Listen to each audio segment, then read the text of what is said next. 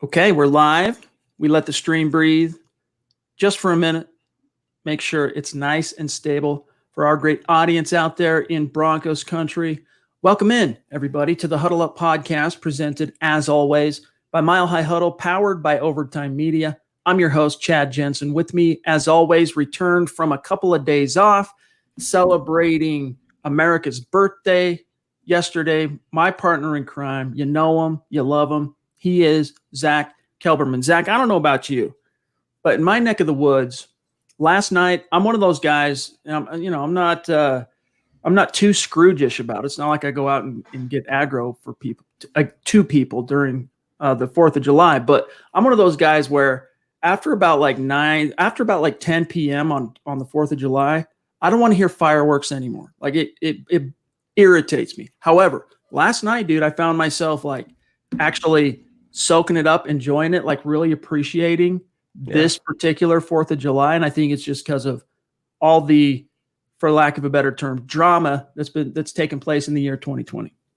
Yeah, I've heard in my area way more fireworks than I think I did last year, and I rationalized it to myself that people have been cooped up for so long and just nothing to do. It was their way of compensating for that. It's let's make as much noise as possible. Let's have fun. Let's use the day to our advantage, considering we've had liberties and things and rights taken away from us, Chad. Even temporarily within the last 3 months. And I feel like for the holiday celebrating America's birthday, where we all kind of congregate and let off fireworks and have fun, I think people did a little extra this year. And I'm with you. I'm kind of Scrooge myself. It's annoying to hear. It upsets my cat sometimes. Yeah. But for last night, I understand it. I just don't want to continue July 10th, 15th, 20th. It gets to a point where there's a limit with the fireworks. Some people, it's like anyone that has kids, they all want to be able to light the firework. Like they want to be able to have the lighter. Any parent out there right now is nodding their head. They know exactly what I'm talking about. But there are actual human beings, grown-ups that have that kind of mindset just about fireworks. They just love setting off fireworks and firecrackers. And I have a neighbor that just spends a ridiculous amount of money on fireworks. But anyway, more power to him. I think this time around, it just kind of changed my perspective on the entire issue, just because, like you said, justified or not, I'm not here to make any, assertions. But yeah, there have been points this year where it does feel like the individual liberties of Americans have been under assault in more ways than one, not just from government, but from it's just a weird year. And it made me appreciate the 4th of July and really what the Declaration of Independence is really all about. End of sermon for me. But dude, it was a good night. I hope you had a good night too. I wasn't feeling too great yesterday, but it was nice that I think people in general kind of let loose and were celebrating an abnormal day in what's been the new normal for the last 3 months. So, like I said, I'm down for the fireworks on holidays, special occasions, but it grates on you when it lasts beyond that. So hopefully we can kind of settle down now and go back to normal. Absolutely. Hey, really quick, before we dive into the main crux of tonight's pod, I want to grab Terry Randall. I'm pretty sure he's in the stream. I'd be stunned if he's not in the stream. He left a super chat at the end of the Mile High Insiders podcast last night that unfortunately it happens time to time. We try to make sure it doesn't, but it does happen from time to time. That got missed. So I want to grab this real quick from Terry, and then we will dive into the main crux of tonight's show. He asked the dudes last night, and we do appreciate, as you know, Terry, we appreciate you, my bro, for the support. He says, with a shorter preseason, does the risk of injury go up from the bubble guys trying to ball out in practice? Hashtag Broncos world. That's a really interesting point. I don't necessarily see it happening that way, Zach, but what's your answer for Terry? I mean, it's no different than just having Lauren Landau be the strength coach, considering that, the not so coincidental lower body injuries the last couple of years.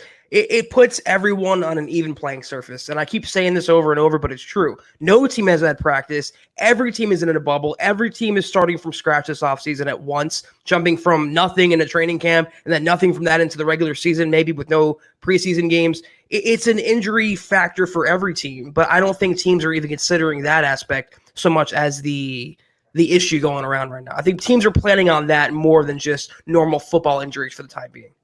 Yeah, I think that's a good way of putting it.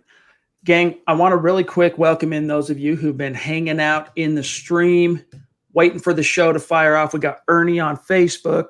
Excuse me. We got Toy Mafia on YouTube. Robert, Douglas, Matthew, Facebook user. Wish I knew your name, but you got to give StreamYard permission on Facebook. Talon, what's cooking? Flippin' Booch is in the hizzy. We got Big E, and we got this guy. We should grab Mark at the very top of this show because it was a little bit of a sensitive issue that happened the other night on the podcast where I think one of our great superstars got his wires crossed with the particular host. Mark Langley jumping in with the extremely generous super. You know we love you, my friend. He says, "What's up, my guys? Just let you know that I wouldn't ever make fun of people that have a learning disability. My son, Zach, has one and works every day to better himself. Tell Eric his child is not the only one. My apologies. Hashtag MHH." So, Mark, appreciate the sentiment. Zach and I know what's in your heart in terms of just what we've come to know from you in the streams. And sometimes wires get crossed, tonality can be misinterpreted in a text and, you know, a super chat like that. So we understand. And anyone who has, I mean, I've got ADHD, especially in my family, runs rampant. And I have a sibling that it was very much something that he struggled with in terms of my mother had to spend countless hours, countless additional hours when we were children, especially in elementary school and early on in junior high, just spending time helping him understand how to retain things because he could read, he could do math, he could do all that stuff, but retaining what stuff for him was just hard. So I think it's all touched us at one level or another. Zach, we know someone who has perhaps some kind of a learning disability. So we understand. And Mark, I think Zach and I know you intended no offense. It's all good. Yeah, I don't know exactly what happened. I'm not aware of what was actually said specifically. But, Mark, this is one of those situations where Chad kind of just said it's taken the wrong way through text. You lose tone, you lose context. If you would have spoken those words to Eric with your voice to voice, I think it would have gotten over the right way and it wouldn't have been such a heated issue where it wouldn't have turned into what it did. But I think, as Chad said, we know where your heart is. I think Eric knows where your heart is, and all of the listeners in our community knows where your heart is. And you're a good guy. I know you didn't mean anything wrong by that. And I think we're all family, Chad. And families fight, families squabble, and families get over it. And as you know, we're going to continue doing that. All right, man. Oh, wait, here's Mark. One more for Mark real quick. He says, "What's up, my guys? Just to let you know that this will be the last time I'm on MHH and my last donation." No, dude, say it ain't so. You guys are the best. Much love and respect for real. Tell Lance if he wants to talk and have a cold one, I'm here. Hashtag MHH. Hey, dude, look, like Zach just said, whatever was said on Friday night, I'm hearing about it secondhand. I didn't listen to Friday night's episode. I was out and about doing stuff with the fam for the holiday weekend and whatnot. But maybe Zach and I sure as heck don't want you to leave our community. So maybe shoot us an email. Yeah, shoot us an email. Let's talk it out. Chatted on Gmail before, so let's email. You're welcome in our community. MHH family loves you. The community loves you. So I don't want you, not to say you're overreacting, but I don't want you to overreact to having your wires crossed on one individual podcast one night. So stick with us, my dog. It's all good.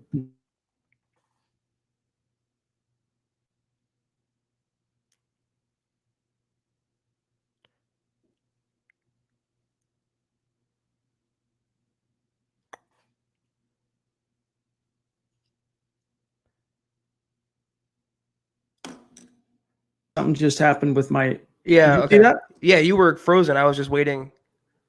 Dude, I don't know what just happened, but we'll march through. Anyway, Mark, reach out, dude. It's all good. No hard feelings. We love you. We don't want you going anywhere. Okay, stick with us, my friend. All right, Zach, let's get into the meat and potatoes of tonight's show. Really quick, though, an update. Make sure you're following the podcast on Twitter at Huddle Up Pod. Also, the main account, the mother account at Mile High Huddle. If you follow those two main accounts, all of our new listeners across all different channels, you're never going to miss a podcast update, a programming update, and you're never going to miss any breaking Broncos news and analysis. Also, if you're in a position, check out huddleuppod.com, our merch store. Get your swag on. Get yourself one of these football priest hats. There's T-shirts. There's hoodies. There's mugs. There's a little something for everybody. If you're in a position to do that, it's a great way to support what we're doing here at MHH. And if you're not in a position, it's all good. subscribe, like, and share. Those 3 simple things. You have no idea how much that can help the channel, help the podcast grow. Subscribe, especially on YouTube. Like this video, no matter where you're listening, and share it out if you really like what Zach and I are doing. All right, Zach. So we kind of... This is pretty funny, Chad. That's what I was laughing at. Dude, I don't know. I mean, seriously, like, I actually upgraded my Wi-Fi a couple weeks ago. I don't know, a month ago maybe. And I quadrupled my Mbps, MHB, whatever it is, my data. I upgraded it by 4 times. So that was really weird. In fact, hold on just one second. Let me check something. Grab a question, grab a soup or something. I'll be right back. I'm just going to check something so we don't have any future problems. All right, let's scroll through here. Let's take Mike Evans. He's jumping in with the $19.99 donation. Mike, you're the best. Super chat superstar. We definitely appreciate you. As always, Mike, he says, appreciate y'all. What is the chance Philip Lindsay and Melvin Gordon both get 1,000 yards? And listen, I'm going to be a little less on the attack today about Melvin Gordon. You guys know how I feel about it. It always draws controversy and pushback. To answer the question specifically, though, I think you mean 1,000 rushing yards. And is that combined or individually? I don't think they do it individually. I don't think both are going to clear 1,000, but I think both will definitely be over 1,000 rushing. They should both be over 1,000 receiving if Melvin Gordon works out the way Melvin Gordon, the Broncos think he's going to work out, and Philip Lindsay takes that next step in his receiving ability. But no doubt about it, they're paying a guy to be the 7th highest paid rusher in the NFL. If he doesn't at least get 800 yards, even in a timeshare, that's a bad signing. Receptions or not, Philip Lindsay or not. So, yeah, I think it's almost a foregone conclusion. They will combine for over 1,000. Chad, I just don't see it individually getting over 1,000 each. Well, I mean, it would have to be historic. It would literally have to be a historic type of campaign. There have only been 7 instances in NFL history where a single individual team had 2,000-yard rushers. The Broncos got really close back in 2005 to making that 8 teams that have had that with Mike Anderson and Tatum Bell. But it's a lot easier to, put it this way, it's easier said than done.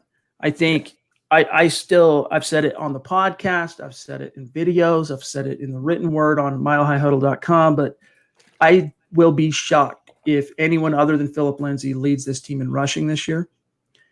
I just don't know because, look, if you're John Elway, you've already taken a little heat for signing and paying a running back like Melvin Gordon to be the 7th highest paid, as Zach said, running back, when you already had a Pro Bowl back-to-back 1,000-yard rusher on your roster. You're taking a little heat for that already.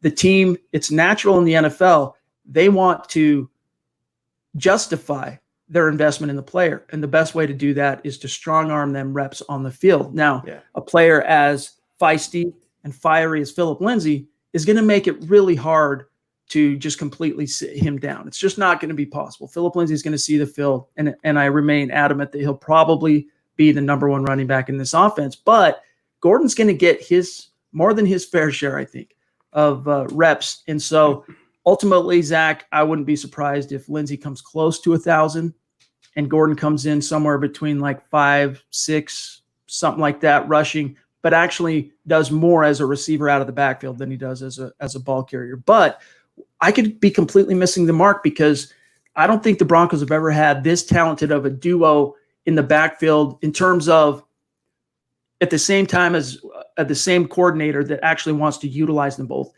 on the field at the same time, which Shermer talked about doing. So much of this is we don't know yet how it's going to take shape, but I think Philip Lindsay could come close. I don't see Gordon coming close, though. It could be 1,700 total rushing yards and over 2,000 yards from scrimmage collectively for them. But there's also a scenario, Chad, kind of like how you laid out, where they cancel each other out, where having Melvin Gordon on the field takes away from Philip Lindsay's ability and vice versa. So they're going to work in tandem. You also have to figure how often can the Broncos dedicate themselves to running the football when you have Cortland Sutton, when you use 2 premium picks on Jerry Jeudy and KJ Hamler, when you use a first-round pick on Noah Fant. Pat Shermer will feel pressured in a sense to push the football through the air. So how much can he really devote to the ground? And if that's the case, don't be surprised, guys, if neither of them go over 1,000, though I think they'll both be close. 900, 800, 800, 750, something like that. All right, let's the main topic of tonight's show. I know there's a few other supers that have stacked up. We're going to get to you. I promise. We love you. Some of your other questions and comments here. But first, I just wanted to get your thoughts, Zach, on this Melvin Gordon story. That, first of all, there was a really interesting article by Albert Breer of the mothership at Sports Illustrated National, in which he was talking to Trey Waynes and learned that Trey Waynes, who just signed a big multi-year extension in March, or not extension, a new contract, had yet to receive his signing bonus. And as I'm reading this article, all of a sudden went ding, ding, ding in the back of my head. That tweet meant from just a week and a half, 2 weeks ago, when Melvin Gordon went at it with Brandon Stokely of 104.3 The Fan on Twitter. And we even talked about it. Like, what does this mean? Where he said he was unpaid. Well, what we learned from the Albert Breer piece on SI is that NFL teams, only a fraction of them have allowed their new free agents that they've signed to go to a third-party doctor to have a physical. Most of them are sticking to their guns in that they want that physical to be done by their own in-house team doctors. And because of the word that shall go unmentioned, when travel restrictions went into place, and, especially for that first 6 to 8 weeks from, basically the hit the fan with the word that shall go unmentioned, about the same week that free agency actually started back in March. And that lasted all the way through the initial phases of May. And so for whatever reason, it doesn't seem like, Zach, that Gordon has been able to get to the Mile High City in order to have his physical, so that the contract, which at this point, I know it's signed, anyone who's done like a DocuSign on the internet, there are ways to get contracts done and have things signed digitally and things like that. I'm sure that that's been done, but in order for it to be a bona fide contract, it's all contingent on that physical. And until that physical happens, the signing bonus, which for Gordon was considerable, it was a $4 million signing bonus plus a $4 million roster bonus, which he'll get later on. But it's entirely possible, Zach, and likely that Melvin Gordon, who said just 2 weeks ago that he is unpaid, has yet to receive a red cent from the Broncos on that 2-year, $16 million contract, which then casts a different perspective, a different kind of take on the fact that we're critical of him not being in any of the photos and clips that we've seen of Drew Lock's unofficial practices around Denver area parks. We were a little bit critical of Gordon for not being there, but I don't blame the dude. If I'm not signed yet, I don't have that money in my bank account, I'm not going to be there either. But has anyone gotten paid? I mean, has Drew Lock gotten paid yet for this season? Has Philip Lindsay gotten paid yet for this season? They were out there. They were risking it. Again, it's crappy that it happened to Melvin Gordon, but it's a little tone deaf to say and complain about being unpaid when he got $13.5 million guaranteed. He's going to get his money. There's going to be a season. He will get paid. It's crappy the way it turned out this offseason, but he knew what he was getting into. He knew what the risk was in an offseason like this. And what he got from the Broncos was a very generous contract. So at a time when millions of people are out of work and can't and struggle for jobs right now and going through something so uncharted, for him to say and complain about he hasn't gotten paid when he got a $16 million contract, 13.5 guarantee, he's going to get money. So I can't feel that badly for him. On one hand, I kind of understand you don't want to jeopardize anything if you don't have to. You don't want to work for free. But his teammates are out there. They're also risking it. They're working for free right now. It just would send a better message to me if he's with his teammates. I mean, those teammates have to worry about NFI injuries as well. Technically, if it's an injury that happens away from the facility or away from the playing field, as sanctioned by the Denver Broncos, it's considered a non-football injury, and it can have ramifications on how you're paid in your contract. So Drew Lock, Noah Fant, Philip Lindsay, Albert O, who's been in recently some of these practices, Jerry Jeudy. I doubt Jerry Judy's gotten his money yet, right? As a rookie. He hasn't even signed yet. I know that for a fact. Hello. He's None there. of the rookies have signed yet, but they've been there. So I understand that criticism of Gordon. For me, though, I'm pumping the brakes a little bit on how I viewed it because, I think he's just being a little bit more cautious as a running back. I mean, I don't want to speak for him, but at least I understand why. If he's yet to get that money, he's yet to officially have that contract kick in. All right, I get it, but you're going to be behind the 8 ball when it comes time to hit the grass with your cleats on July 28th. Philip Lindsay's chomping at the bit. Philip Lindsay's talking a little bit of I wouldn't necessarily call it smack on social media, but he's firing off some passive aggressive tweets. I call it smack. He's ready to battle you in camp, and you're just chilling. I think the last thing I saw from Gordon on social media was being on a yacht or something somewhere. So pressure's on a little bit. You know what? I mean, he's acting like, and this is just a guess on my part. This is just an assumption on my part, but he's acting like he's already no doubt about it, number one guy. He's the workhorse. He probably feels like he doesn't have to be there, and that's all well and good. It's not mandatory. But Chad, all this does is up the expectations and the responsibilities. When he gets into camp, he's going to have to hit the ground running, or else he'll face the same criticisms of why weren't you there? Why did you not join your teammates? Did you think you're too good for them? It just opens up a whole other Pandora's box that might not be realizing right now. So we'll see on July 28th.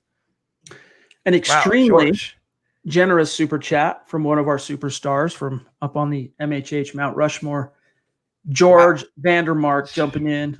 The all-time number one Queensryche fan in the world. This I know.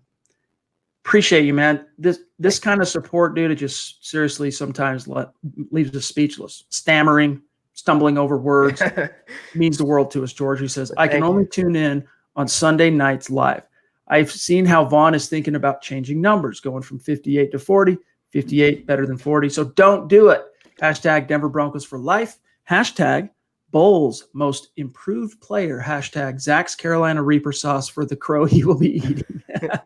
So this was something that George actually reached out to me privately on social media earlier today, and was talking about how I think he had just bought his daughter a Bulls jersey, and it had just come in, and he was excited about that and optimistic that Bulls is going to have a turnaround season, and that this is the year for him, and that Zach's going to have to eat crow. Of course, saying it, good naturedly. And I said, yeah, I'm with you on that. I hope that happens. And if it does, we'll both make sure Zach has a little sriracha to go with his crow. It won't be the first time either one of us have to eat crow. But anyway, George, we appreciate you, my brother. Yeah.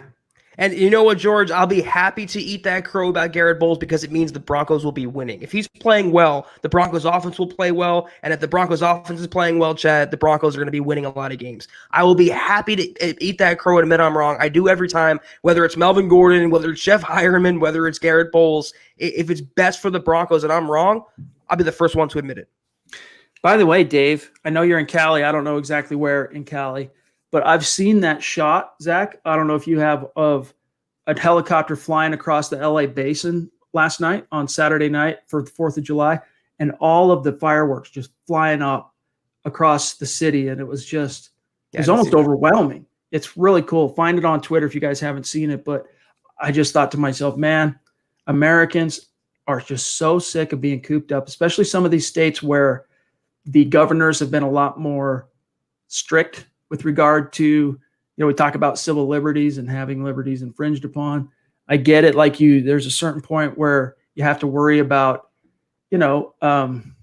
health and spreading of the word that shall go unmentioned and all that. But it can't come at the expense of the individual's rights, or else you don't live in America anymore. That's just the bottom line. So I feel for people that live in those states that are a little bit more aggro when it comes to trying to enforce these social distancing. And California is one of them, Zach. Mm-hmm. And that image of the helicopter cruising across the LA basin at night with all those fireworks popping off, it's something special to behold. If you live on Twitter, it makes it seem like people just hate America, and millions of people hate America living here. But you know what the fireworks prove, Chad, and the demonstrations yesterday prove? People don't hate America. A lot more Americans love America than you read about on Twitter. So it's, as an American, as someone who's proud to be an American, I was happy to see the country unifying, Chad, in a time where we've been so divided and so apart the last 3 months. So I was happy to see that. Amen. We got Zeus McPeak jumping in from MHH Mount Rushmore. Speaking Thank you, Stu. Appreciate you, my friend. It's Zach and I are looking forward to talking to you Wednesday night. Yeah. Stu's going to be on the show, 3rd installment of our Superstars. And we look forward to talking to you then, my friend. Of course, we got tomorrow night's podcast, and then it'll be time for you to make your debut on MHH. We'll be in touch, of course, between now and then. We'll get you set up and staged for it. But appreciate you as always. Let's see what else we got here. Bear with me 1 second here, gang. Whoop, just did a jump. We got KP down in Florida showing some love. He says, is Melvin becoming an Antonio Brown? Zach, would that be perhaps taking it a little too far, or is KP onto something? Well, he's not farting in his trainer's face. So until he does something like that, and you really can't be Antonio Brown. He's not throwing rocks at moving drivers. Antonio Brown, I'm not going to speculate on what's wrong with him, but he's a couple fries short of a Happy Meal, I think. So Melvin Gordon, it kind of pisses me off that he's not there, but I would stop way short of labeling him AB Part 2. Christian de Jesus, de Jesus, Christian. I don't know if I mispronounced your name, my friend, but just know that if I did, I apologize. Say Christian, $5 super. He said, why aren't the rookie deals getting done? Is it because of you know what? Yes, it is. It's in part due to the fact that teams, the NFLPA is telling players to basically, prepare for the apocalypse and they don't want any of these unofficial workouts to be taking place. Doesn't seem like Drew Lock and company are paying that much heed, because I know Albert Okwebunam, bro, got it, came into town, I want to say middle of last week. And then Noah Fant last night, published a video on his Instagram that showed him working out, catching passes from Drew Lock.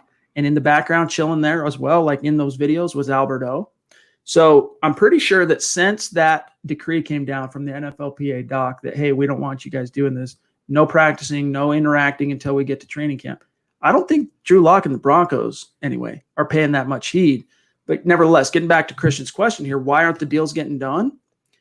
It's because I think also, and this was something that was touched on in that Albert Breer piece for SI as well, to worthy read, NFL teams aren't quite sure yet what revenues are going to do this year because of fan attendance. They don't quite yet know what to expect. So they're dragging their feet in terms of actually committing the cash for 2020. But the problem is you're going to have to sign your rookies. Like, there's no getting around that. And a CBA exists. Like, you have to do it. So in that case, I don't necessarily think this is the same as Melvin Gordon's deal not being done or officially. I mean, the deal is done. It's agreed to. It's all signed and all that. He just hasn't passed his physical from what we understand. I don't think it's quite the same thing. Once the rookies get to Dove Valley, they're going to report on the 21st. Camp starts on the 28th. I think in those couple of days before and shortly after they report, you'll see Broncos sign so-and-so, Jerry Jeudy, da-da-da-da.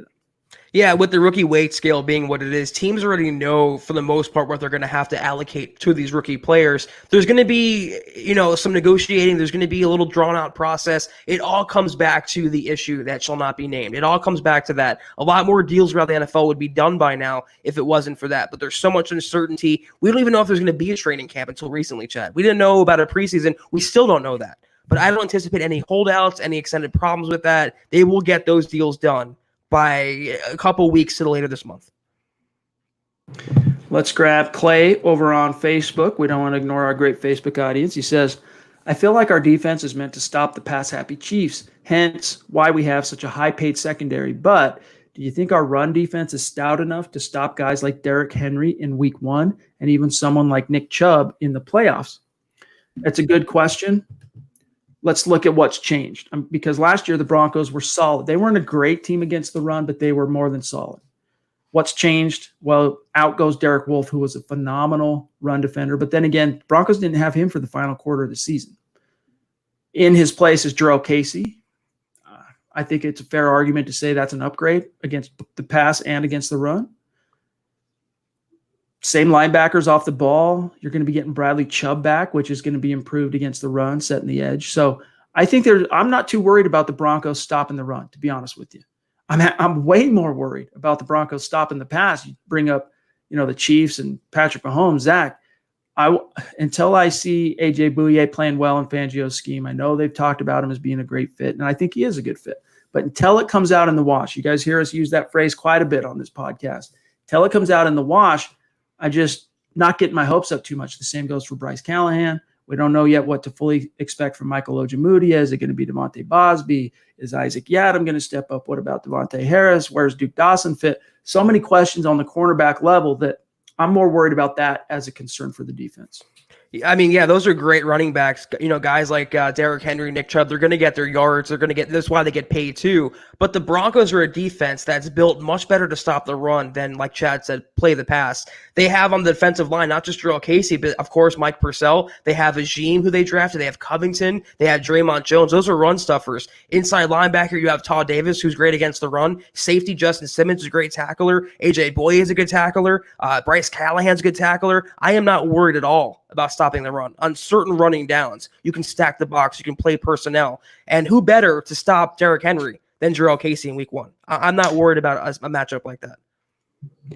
We got Frankie showing some love on Super Chat. Very generous. Thank you, Frankie. Appreciate you, Frankie. He says, hey, guys, been away for a while.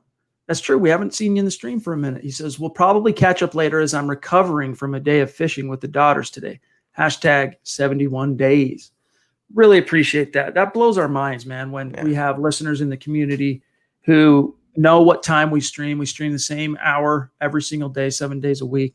Maybe they have something come up. Maybe they're under the weather, whatever it might be.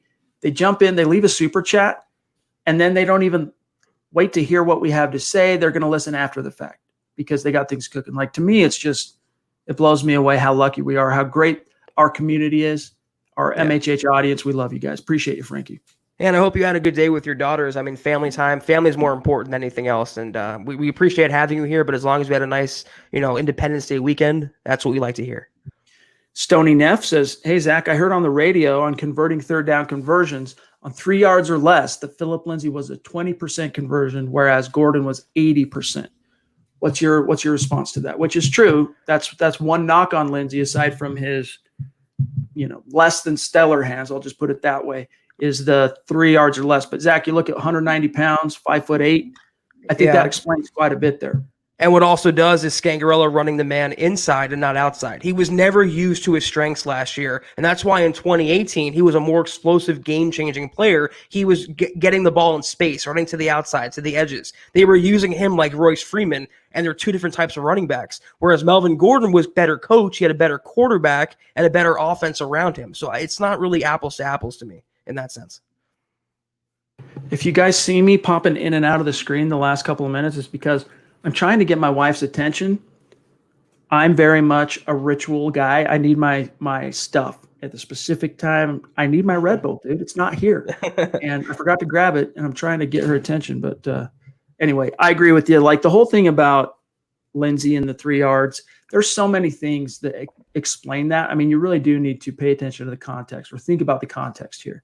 It's, first of all, last year, the offensive line, they just didn't do as good of a job of blasting open holes as they did in 2018. That's just the bottom line. That's the truth. On top of that, Philip Lindsay is 190 pounds. What's Gordon, 220 something? Right. Just off the top of my head. I mean, it makes a huge difference on moving the needle on short yardage. Lindsay runs, put it this way, Lindsay is a 190-pound back who tries to run like he's 230 pounds. Like, that's his mindset. He loves and thrives running between the tackles. But in short yardage situation where you have the opponent gearing up on the high percentage likelihood that you're going to be running it, so they stack the box, they come in, you need that additional size and power that Lindsay just doesn't have. So that's why, in a last year, for example, in those short yardage situations, unless you have a little wrinkle that you're going to deploy, like a fake inside pitch outside to Lindsay where you can utilize his speed to the edge or something, you want to use Royce Freeman if you were Rich Scangarello last year in those third down, short yardage, goal line. You don't want to necessarily vulture Philip Lindsay's potential touchdowns, but at least on third down, when you got to move the needle, you got to move the pile, you need a guy that's got a little bit more power, and that's something Melvin Gordon brings to the table unquestionably. Plus, if all these Broncos fans have accepted Melvin Gordon being a true workhorse, why is it surprising that a non-workhorse, quote-unquote, like Philip Lindsay isn't getting it done on third down? It's not really between the tackles. That's not his game. It's getting the ball in space, a pitch, a toss, a screen, some sort of quick pass, which he can catch. That's what Philip Lindsay does best. You can't really compare it in certain scenarios. There's so many different factors that go into play, Chad. So together, they'll be third down killers. So will the Broncos offense. And that's what I'm going to keep it at. All right, let's see what else we got here. Man, I can't believe we're already at 34 minutes. Like, it feels like we've been talking for 5. Yeah, Buana, I've already got an email drafted for Mark. I'll reach out to him. I'm going to talk to him. We don't want him feeling the way he's feeling right now. It's all good, especially you get wires crossed. Clay, Chad, I know you're paying with the Wi-Fi, getting a cord from Best Buy, Amazon, or anything called Ethernet. Basically, it's a cord. You know what's funny, Clay? Thank you, my dear. My daughter's the best. She brought it to me.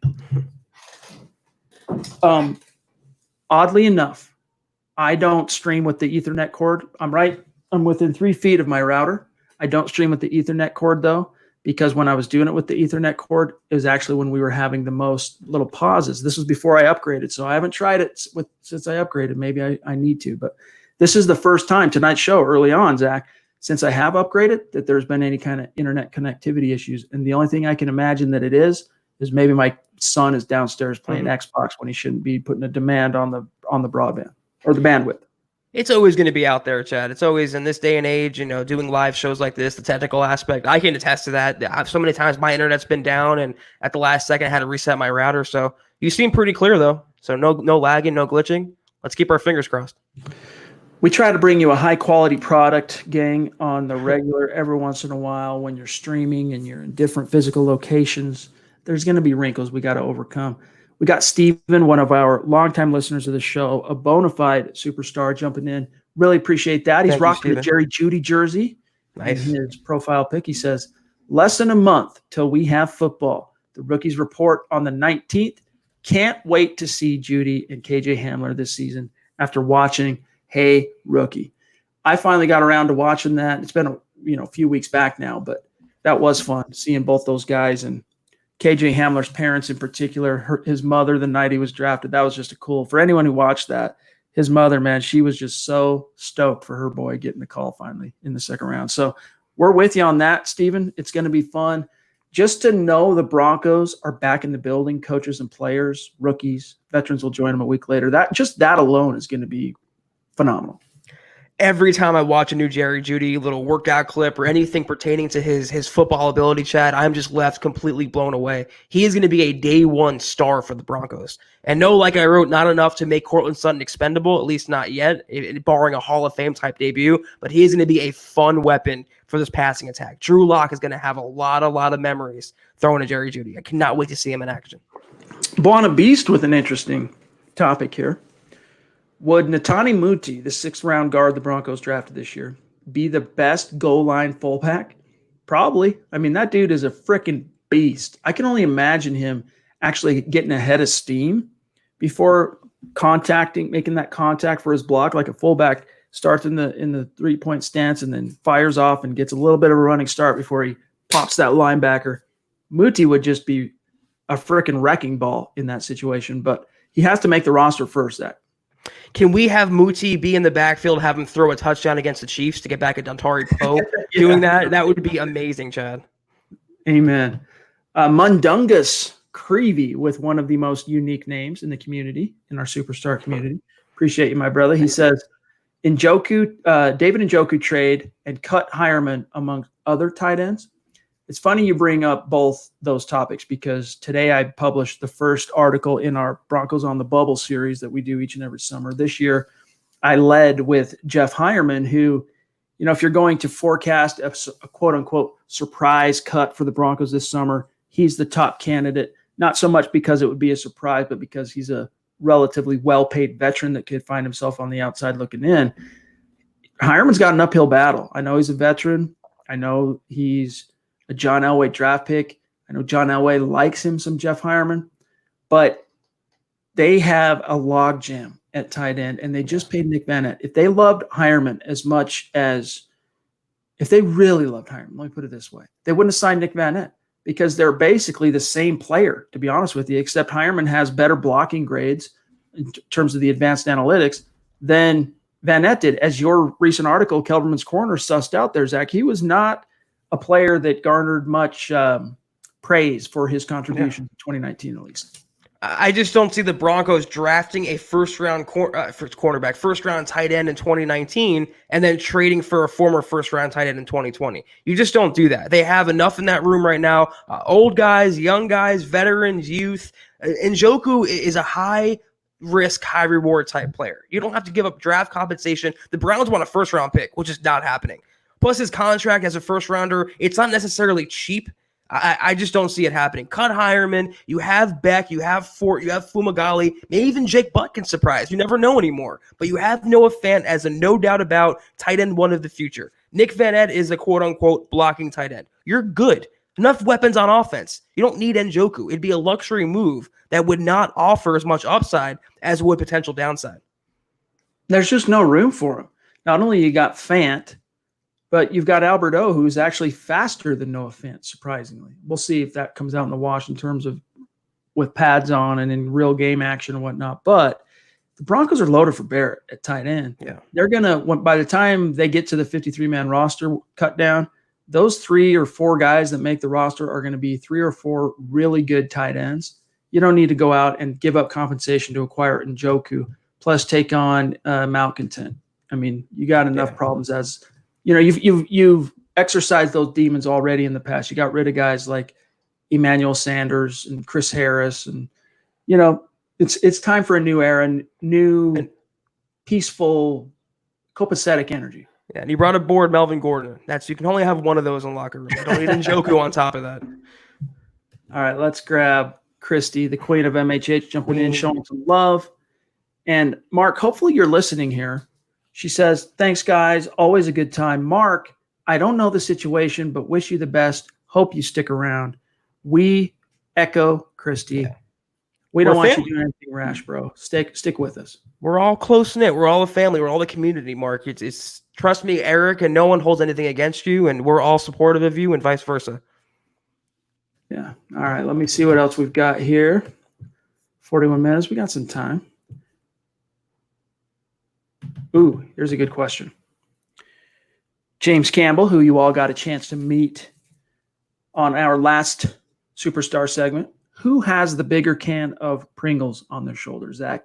Philip Lindsay or Drew Lock? That's a really interesting question because they both have sizable chips on their shoulder, but for slightly, I guess at the end of the day, it's for the same reason, but at varying degrees, the same reason. Drew Lock didn't get omitted from the scouting combine. Drew Lock, even though he didn't go in the first round, he did get drafted in a premium round, right. Whereas Lindsay was basically snubbed across all those platforms, if you will. And then to add insult to injury, after he posts 2,000-yard rushing campaigns to open his career, the Broncos give $16 million to another running back. Like Lindsay, if I had to, act straight up, Lindsay's chip is probably significantly bigger than Locke's. But that's not to take away from Locke, who very much, is kind of in that Aaron Rodgers mode where he slipped. It was humiliating. He went all the way out, fell completely out of the first round, didn't even come back to the green room for the second round, stayed in his hotel the next day. I think Locke definitely has some chip. He's out to prove some people wrong, but I don't think it can come close to Lindsay. Locke will always have that internal motivation, Chad. It's just part of him having that it factor. But he also knows he's the franchise quarterback, at least the potential franchise quarterback. His job is safe. And he saw the Broncos make every move with him in mind. Philip Lindsay, you can argue they made a lot of moves without Lindsay in mind. They didn't pay him. He's making $750,000 compared to $8 million from Melvin Gordon. That people say he can't catch. People are already giving up on him. He was a fan favorite superstar just last year. Then Melvin Gordon comes in and he's chopped liver. So I think he has a much bigger can of Pringles on his shoulder, not only because he's trying to prove he belongs in Denver, but proves he belongs in the NFL as a true workhorse. You wouldn't have seen him post up on Snapchat, him saying, here, look at this, they'll all see him catching a pass. That's because of the addition to Melvin Gordon, and that's because of the slight he feels from Denver this offseason. All right, let's grab Benji Clay jumping in, a name I don't recognize on the super chat. And as Thank you, Benji. Yeah, the hashtag first time super. Really appreciate you, Benji. He says, if Melvin hasn't been paid because of a physical, I don't know about you, but I would drive to Japan overnight for a bag like he's got coming. Zach's right. He should be with his teammates anyway. I get what you're saying. I understand both sides of it. If I'm a 24, 25-year-old pro, former first-round pick, I've made a little bit of money, but this is probably the last time I'm going to make the big money. And I know that if I go out and I get hurt on that field playing in some Denver area park, there's a good chance the Broncos will try and find a loophole to get out from that contract they owe me. And I don't want to risk that. Like I can understand how that could be paralyzing. You just want to wait till that you get that money and then, let the chips fall. How about at least get in Denver, though, Chad? It's been 3 months now. At least come to Denver and show your face. You don't want to work out fine, but at least for the optics, for the front-facing, viewpoint, for his fan base, for the Broncos, for everyone, show your face there. Make it look like you're involved. Just make a little effort. Get to Denver. Nothing is stopping you, Melvin. You should be out there, if not playing with your teammates and being around your new teammates, just to assimilate yourself. We have the better half here of Derek Green showing some love on Super Chat. Adina Simon, really appreciate you jumping in, showing some love. It's good to see you. She says, great to see you guys. Oh, no, this is Derek. Me and the wife feel the same about Gordon. We just won't really like him until he's playing and playing well. Till then, we just aren't feeling his energy. Hashtag Denver Broncos for life. So Derek and Adina, really appreciate that. Yeah, I think a lot of fans feel that way. Zach, we have been accused, or at least, we have been accused on this podcast. I have been accused on things I've written at milehighhuddle.com that we're trying to gin up conflict between Philip Lindsay and Melvin Gordon. We're not ginning up anything. We're not just pulling things out of the air. Right in front of you. We are reporting things that are taking place. And that's the job of the media, is to report that to the fans, to the people at large, to the public. And also what we do in the blog realm is we analyze it after the fact. We tell you what happened, and then we tell you what it means. That's what our job is. That's what we do. That's what makes MHH MHH. And in the case of Melvin Gordon, just so far his trajectory as a Bronco for a lot of fans has been lackluster. But I'm hopeful that by the time he gets to Denver and actually gets his money and suits up and gets out on the grass and playing, by the time you get to the football season, I think he'll start making plays and fans will show him some love. Kind of like when Jamal Charles was signed. Remember that? What was that, 2017, Zach? Yeah. I mean, this was a guy Broncos fans hated for a decade, right, in Kansas City. And at first they didn't quite know what to make of him being a Bronco. And, in his case, it didn't work out well. He fumbled.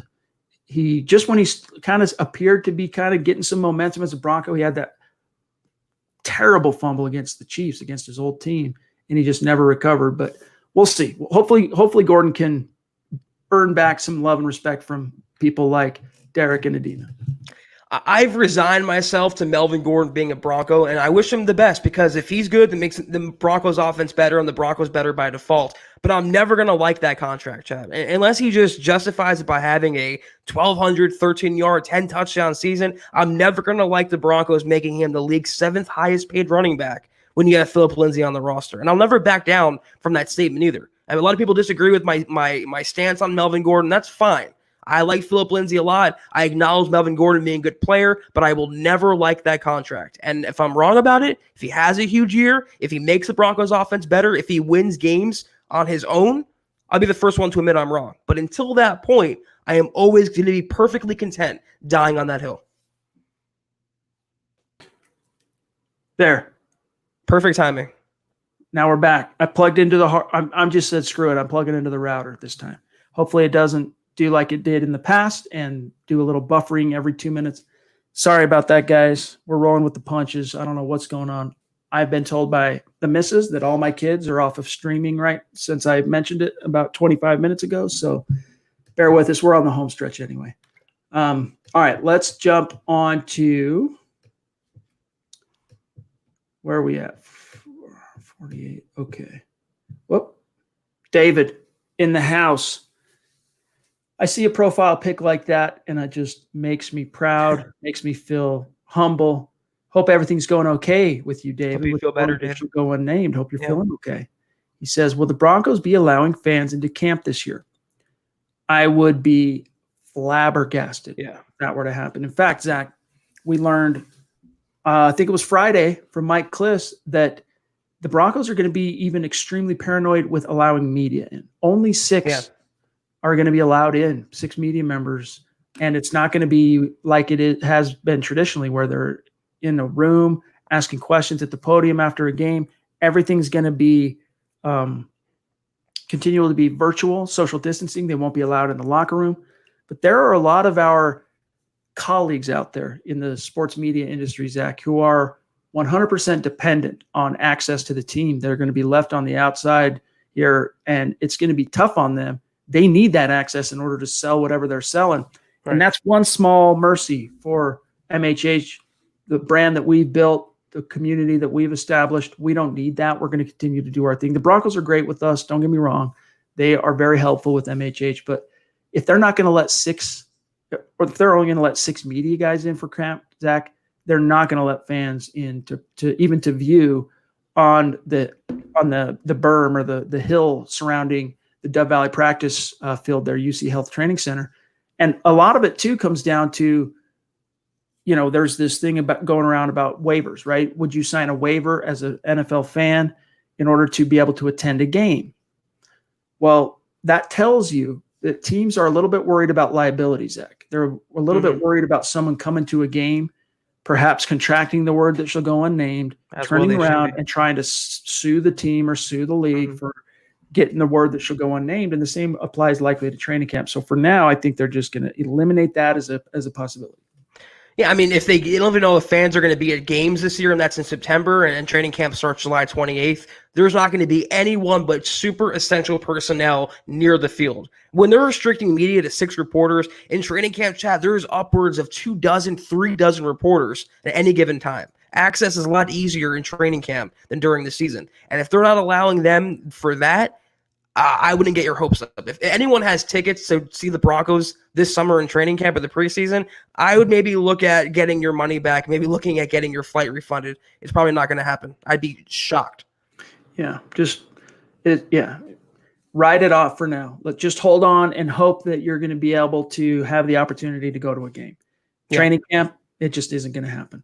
We got Dave from Georgia, jumping in, showing some love. It's good to see you, Dave. Thank you, Dave. A minute. He says, hey, guys, got off early tonight. Just wanted to show some love. Very kind, very sweet, my friend. We appreciate you, Dave, from Georgia. We got a lot of listeners in Georgia, Zach, including our friend Mark. So Mark and Dave, good to see you. George jumping back in. Whoa, that's not George. That's Terry. What happened? Whoa. I clicked George right as Buana clicked Terry. Click Terry again, Buana. There he is. Hopefully you saw that we got your super chat from Saturday night's pod that got missed at the top of the show. Hopefully you saw that, my brother. Really appreciate the love. Up in Canada, proving, as always, exemplifying the fact that Broncos country is not a geographic location. It is a state of being. And Terry's one of the superstars who has reached out to us that wants to accept an opportunity to come on the show and have a little segment and a little sit down. So we look forward to that here in the very near future, Terry. George, jumping in again. Appreciate you, my brother. Thank you, George. He's got a message for Mark as well. Mark, don't go anywhere. We all love you, bro. Just found out my brother who lives with us has the thing we are not allowed to mention here. Ooh, yikes. Well, that's unfortunate, my friend. Hopefully get some zinc. There are some drugs that they have found actually work.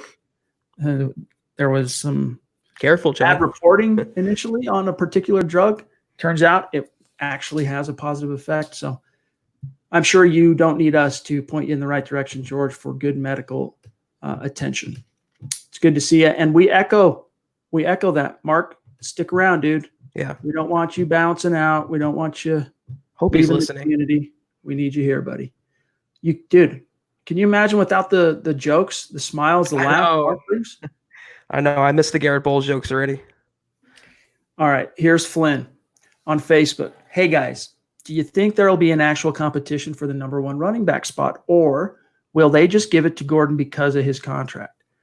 You can't just give it to Gordon because Philip Lindsay is the man in that locker room. So unless you want to completely lose the locker room, you can't do it, and the Broncos won't be able to do it. Now, they can strong-arm him reps over a guy like Royce Freeman and anyone else they end up carrying, but you cannot just unseat Philip Lindsay. You're going to have to make Gordon earn it. It's just a matter of once that gets established in the football season, once the football season rolls around, how much does Gordon eat into Lindsay's reps and snap count? Because I honestly believe still at this point, I've already said it a couple of times on tonight's show, I just don't think he's going to be able to authoritatively unseat Gordon or Lindsay, Gordon unseat Lindsay in training camp. So I just don't see that happening. Theoretically, the competition should make both running backs better, but what happens if Phillip Lindsay just totally outperforms Melvin Gordon? How does that signing go down? How does that look for the Broncos when your $750,000 running back is outperforming your $16 million running back, $8 million per year? So it can work against the Broncos as well. The competition should make both better. But Lindsay, like we keep talking about, Chad, it's become real now. It's not our opinions. It's reality. It's right in front of you. Lindsay will do everything in his power to, cede that job to Melvin Gordon. If Melvin Gordon wants that RB1 job to himself, he's going to have to pry it from Phillip Lindsay's cold, dead grip. Remember that clip we watched just the other night? I think it was on Thursday night show. He said, doesn't matter who they bring in, doesn't matter who they pay, they got to get through me. And to quote Lindsay, it's very hard to do that. I mean, that's the truth. And I love that. And yeah, Aiden, it does give me a little bit of a lift, right? I'm a caffeine guy. You got to have something to keep you locked in as a digital content creator. And I'm very much, as I mentioned, I'm a creature of habit. I got to have my little rituals ready to roll in their proper place. Let's grab Jess here, who has an unfortunate situation going on. We want to give our support and love and thoughts and prayers to Jess, who says, I'm in the hospital. My fiance received another kidney transplant. I love the Broncos. I love the MHH crew. Thanks, guys. So for Jess, I assume I'm guessing by your handle that you're in Colorado. I don't know that for sure, but wherever you are, doesn't matter where you are. We want to send our positive vibes and support your way, my friend, and our best wishes and prayers for your fiance. So positive vibes, my brother. Let us know when you can how everything's going. We'll both keep you in our thoughts and prayers. And if you need anything like Chad and I always offer, please reach out and email us. Absolutely. milehighhuddle@gmail.com. Anyone in our audience, you're welcome to contact us at any time for any reason. That's how you get in touch with us via email. Greg, hey, dude, better late than never, my man. It's good to see you. We're just happy to have you in the stream. Jess, our thoughts and prayers are with you, buddy. And your missus or your fiance there. Let's see here. Let's grab Ron Dubb. It's been a minute since we've seen one of our bona fide superstars. Ron Dubb, it's great to have you back. It's not the same without you, dog. So thanks for being with us tonight. Thanks for showing love on Super Chat. He says, hey, guys, long time. I'm so ready to see Judy break cornerback ankles this year. Do you think Locke's footwork will be a concern this year? I saw improvement and don't think it will be much of an issue. Ron, it wasn't perfect, right? There were some, you could, if we went and did a film breakdown, and maybe we can do one of these on YouTube one of these days and just say to heck with it on this particular episode. We're not going to, we're not going to be able to monetize this video. Maybe we'll do a film breakdown on Drew Lock and his 5-game sample size last year. But it took his footwork, although, Zach, it was far from perfect. It was leaps and bounds better than it was in the preseason. So if he can make improvement over an 11-week exile on his footwork, I'm optimistic that it'll only continue to improve. Some things I think, you're not going to be able to completely coach out of him in terms of he's going to be a guy that occasionally throws off his back foot because he trusts that arm. And guys like Mahomes can get away with it because they just have that arm. Locke has that arm too, but he hasn't been able to prove anywhere near as consistently as Mahomes that he can get away with it. So his coaches are going to try and, coach that out of him as they should in terms of, making sure his platform is sound and solid when he drops back and plants and lets loose. So I'm optimistic, though, Zach. You can argue that footwork and technique like that is Drew Lock's only flaw. He really has everything else down, and it's one thing that even Elway called him out for last year. He has to clean up his footwork. But like your point, Chad, what I was thinking is he's going to live and die by that. As much as he's going to improve his technique and his footwork in the pocket, he's going to also throw off his back foot. He's going to throw off platform. He's going to change his arm angle. He's that type of quarterback. You're never going to get a perfectly sound, wrapped up in a little box with a bow like Alex Smith. He's never going to be that type of quarterback. He is Brett Favre, Tony Romo. He's a playmaker, even Patrick Mahomes. So as much as he's going to take those steps and make those improvements, he's going to have times where it's going to lead to interceptions too, but a lot more times it's going to lead to positive plays, touchdowns, third down conversions. It's just the type of quarterback that Drew Lock is. And the Broncos, if they're smart, they're not going to change that too much. Amen. Kenneth always has good questions, good comments, excellent takes on YouTube. He says, if Lindsay doesn't end up extending with the Broncos, what is the perfect fit for him? I think the Ravens would be a perfect fit, especially when they move on from Mark Ingram. Lamar Jackson and Lindsay would get 2,000. I don't know, Kenneth. There's a lot. I mean, honestly, dude, I could see him crushing it almost anywhere. He's a special player. Where wouldn't Philip Lindsay be a good fit is probably a more difficult question to answer, but I really hope it doesn't come down to that, Zach. I mean, he's entering his third year. After this year, he's going to be a restricted free agent in the same year that Gordon will be entering the final year on his contract. So they'll both be hitting free agency the same time, which is during the 2022 offseason. And so I think the next 2 years, obviously, is going to determine which of those two guys end up sticking around. And I'm just not going to ever bet against Philip Lindsay. I think you are remiss to bet against Philip Lindsay in any situation, whatever it is. If it involves his performance, Zach, or his work ethic or whatever, he just is the guy that comes out on top. Put Philip Lindsay on the Patriots, he's a 1,300-yard running back. Put Philip Lindsay on the Eagles, he's a Pro Bowler, no doubt about it. He can succeed on any team given his skill set. He's not the biggest. He's not the strongest. He has some, blocking deficiencies, quote unquote catching deficiencies, but he would help out 31 other teams. And if the Broncos don't pay him next offseason, Chad, or the offseason after that, some NFL team will. He's going to have a bright future and a long future in the NFL. And I can only hope the Broncos are wise enough to keep him right where he is. James says, I'm positive the Broncos will use a second-round RFA tender on Philip Lindsay. When he becomes more consistent in the pass game, he can get a deal similar to Austin Eckler.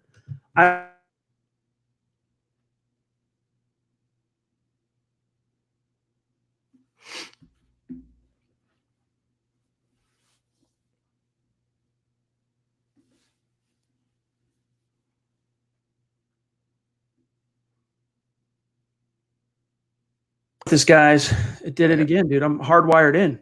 I don't know what's going on. Apologies, guys. I know that cut me off. But what I was going to say is, if Lindsay gets his receiving chops up to the same level as Eckler, Zach, he deserves a contract actually richer than the one Eckler got because he's a better runner. He's a better rusher. He's a better ball carrier. Right. Plus, Eckler set the market, and the next player always gets above that market value. So, yeah, he deserves what's on the same level as an Eckler because he brings the same type of skills to the table. But at least the Chargers were smart enough to keep him around no matter what that contract costs for a quote-unquote two-down running back. All right, guys, we are over the 1 hour mark. So we have a few other supers stacked up that we are not going to forsake, but we're going to kind of rapid fire through this last few supers that are waiting. Mundungus jumping back in. Really appreciate you, my friend. Thank you. Do you see the Broncos making physical changes to the stadium to offer better protection for fans against what shall not be named? Yeah, I do think there will be certain things, certain improvements, certain upgrades, little things. I mean, just the fact that the first 8 rows are going to be blocked out is one change physically that's going to happen to the stadium. But I think you're going to see, Purell stands at freaking, it's going to be every 5 feet. Yeah, they're going to be everywhere. So I don't know exactly how that's going to shake out, but even in the locker room, players are going to be one locker removed from each other. So instead of being locker to locker to locker, you're going to have one empty locker in between each and every player, among many other different things. Plus, you're going to have, when you enter the stadium, in terms of the fans, temperature checks, stuff like that. They're going to probably hand out masks, maybe hand sanitizer, like you said, Chat. They're going to do, I think, a lot more for the fans than they would the players, considering how many more players there are in a packed, little space. But the fans, if they do have fans in the stands, and waiver or not, they're going to do everything in their power to avoid a potential contamination or spread. Because that's just, waiver or not, the PR they do not need in these times. Dave Darlington, Cali Dave jumping in. I wish Gordon was with the crew, but I'll wait till time for camp to have an opinion on him. And I think that's fair. I think that's probably, you can make inferrals or inferences, I guess is actually the right word, on what's occurred so far. But just wait before you really get too far out over your skis on any opinion or take on Gordon. Let's wait to see him actually in action on the field doing something. And as always, Dave, we do appreciate the super. We got Terry reminding everybody, Zach, hit that like button. You guys have no idea how much it helps us. Even if Do you it right don't hit now. the like and you hit the dislike, that helps us too. Engage with this video. It all helps in the algorithm. We're trying to crush the algorithm. Appreciate you, Terry. All right, let's see if we got anything here. We're over the mark here, so I'm going to wrap this up, and I'm going to contact I think that was the last one. I'm going to contact my internet company and say, what the heck, dudes? Yeah. Gio, I'm a creature of habit too, Chad. I don't drink Red Bull, but I am into NOS as far as energy drinks. I used to be just a straight coffee guy, but I ended up getting into the sugar-free Red Bulls, and now I got to have them. All right, guys, that wraps up today's episode of the Huddle Up podcast. Thanks to each and every one of you for joining us. We hope that you all had a phenomenal 4th of July weekend. Yes. Our great listeners in the community who aren't in America, hope you had a great weekend. But it was a special 4th, I think, for most of us here in the US of A.